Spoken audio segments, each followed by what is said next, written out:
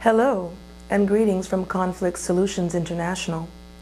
We are very happy to have with us today Dr. Aj Rawat, the President of the Anti-Defamation Sikh Council for the Freedom of Khalistan.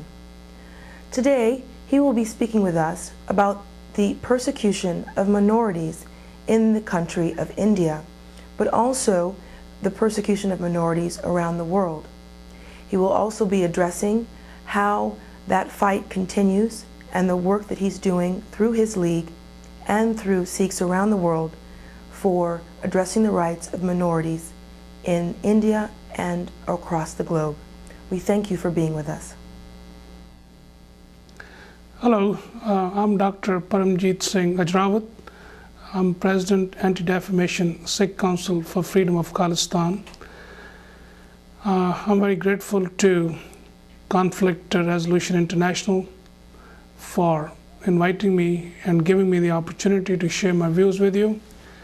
As a minority, as a Sikh, I share my plight and plight of many minorities in India, which includes the untouchables, the Dalits, Kashmiri Muslims, Christians of Nagaland, and Christians in general in India.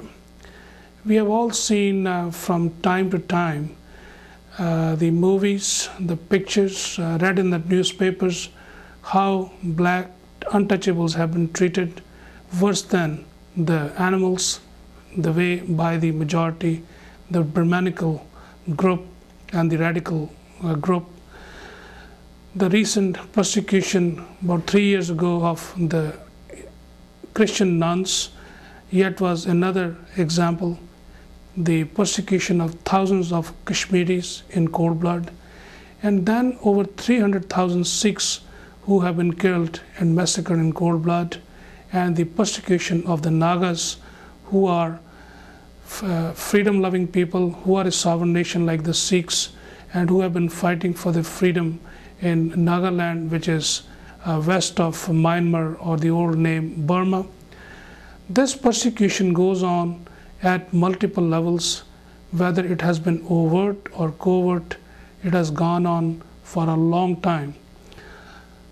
Today, these minorities look towards the world community to come to their rescue, to help them in the tyranny of the Indian government, who has been indifferent and who has used the covert means to oppress, suppress people, besides their overt methods of attacking the shrines like the Golden Temple, which was attacked by the Indian Army in '84, then the demolition of Babri Mosque by the radical Hindu groups, by persecution of the Nagas and then demolition of their places in Nagaland.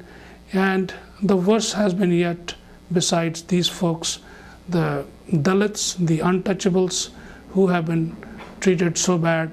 So the world must witness the true actions of this so-called democracy, who has been opposed to the Western values of freedom, liberty, and justice for all, and has been a communist bloc country through proxy, where they have opposed the United States 85% of the time. What bothers me as a minority, that today in the United States we are trying to become pally with India, which has very worse human rights record and also has been one of the greatest opposing forces to the value of liberty, freedom, and justice for all.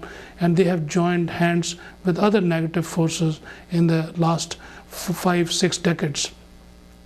We appeal as a minority to rest of the world to help us regain the Sikhs, particularly their lost sovereignty, who have been persecuted, like the Jews who were persecuted by Nazi Germany back in World War II. Sikhs were the liberators of the victims of Nazi Germany. Sikhs brought an end to the slavery in Africa in 1893 in country of Malawi. Sikhs have stood with all the Western allies, including Americans, the Britishers, and the French, in fighting the tyranny of the Nazis in First World War and in Second World War as well. And we as allies today appeal to all our former allies to help us regain our lost sovereignty. Sikhs have ruled their own country back in 1710 to 1716, and from 1762 to 1849 as individual clans, and then 1799 to 1849 as a united Sikhs. And in the divide of the country in 1947, because of the covert and underhand forces which were introduced amongst the Sikhs by the leadership Nehru, Gandhi, Patel, we lost our sovereignty again, and today we face the dilemma where we have been undermined by all Machiavellian tactics, where our riparian rights have been violated, where Sikhs, they have introduced the drugs amongst the Sikh youth, like the Britishers introduced the opium wars in Hong Kong, in China in 1820s. We face the same attack on our religion, attack on our integrity, attack on our identity, and Sikhs have been labeled falsely as terrorists when the record is to the contrary. A ecumenical people, an ecumenical religion, tolerant of all other religions, and a major world religion, one of the 6 world religions. Sikhs today want everybody to look into our plight, into our difficulty, and help us overcome this pain and suffering of Holocaust, genocide, defamation, and help us move into that freedom march which President Bush has very carefully and been telling the world that freedom is a birthright of every nation and is a gift from God. He quoted Gandhi, and I will say that freedom is not only a gift from God but from our gurus, and it is a birthright of the Sikh nation. And the word citizen, our fellow Americans, can help us regain our lost sovereignty of the former allies. You call them Sikhs, and the country we aspire to have is Khalistan, which is northwest of Delhi and in the western part of India, Punjab, Khalistan. Dr. Aj Rawat, thank you so much for being with us at Conflict Solutions International today and sharing your views and those of the Anti-Defamation Sikh Council for the Freedom of Khalistan. Thank you so much for being with us.